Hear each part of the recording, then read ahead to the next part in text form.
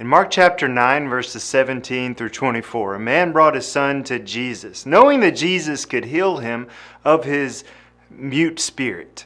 Now, Jesus told the man that anything is possible to him who believes, and he replied, "Lord, I believe, help me in my unbelief." After seeing this, Jesus did just that. He healed the man's son, and there was a desire in this man for his faith to increase, to grow in that faith.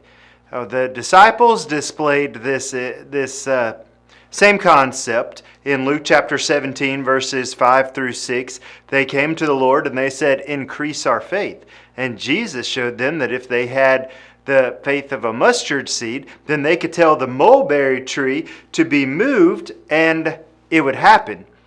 Now let's think specifically for a second about Peter.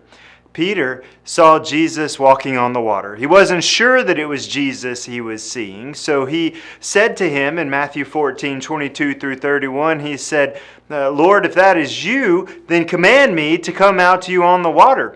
And Jesus told him to come. He walked on the water until he took his eyes off of Jesus. And at that point, he of course started to sink into the water. Jesus reached out, pulled him up, and he said, "Oh, ye of little faith, why do you doubt?"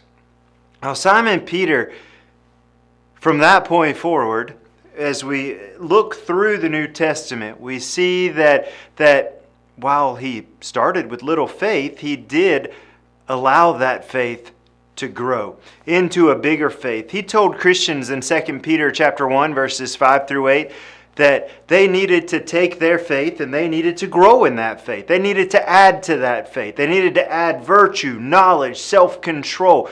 They needed to add perseverance, godliness, brotherly kindness, and they needed to add love. How do we do these things? Well, faith comes by hearing the Word of God. Romans chapter 10 and verse 17. And we know that we must do something with that faith because faith without works is dead. So we must have an active faith. James chapter 2 and verse 20, an active working faith. We must do something with our faith. And the book of Hebrews is a great example of that. When we look at this, what we call the Hall of Fame of Faith, we see that all of the people mentioned there showed their faith through their actions. By faith, Moses acted. By faith, Abraham acted. They did something because of their faith. And so, Hebrews chapter 11 and verse 1 defines faith as the substance of things hoped for and the evidence of things not seen.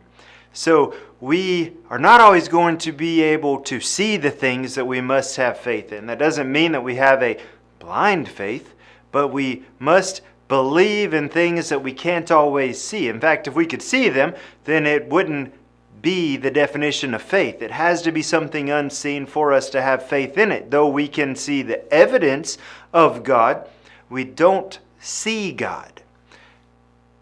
We also see that faith is just an absolute necessity. Hebrews chapter 11 and verse 6 tells us we cannot please God without faith. We must believe that He is and that He is a rewarder of those who diligently seek Him. Now, what does this faith look like for a Christian?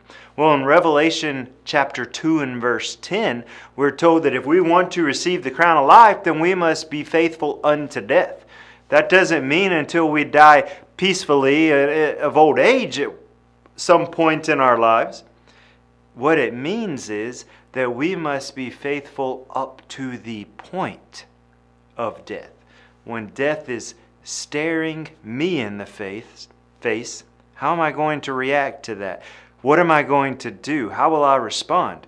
That is the kind of faith that God is looking for. And so we have this faith all the while looking unto Jesus, keeping our eye on Him who is the author and finisher of our faith. Hebrews chapter 12, verses 1 and 2. So, a simple question today really. Do you have faith? But do you have the faith that is required of you?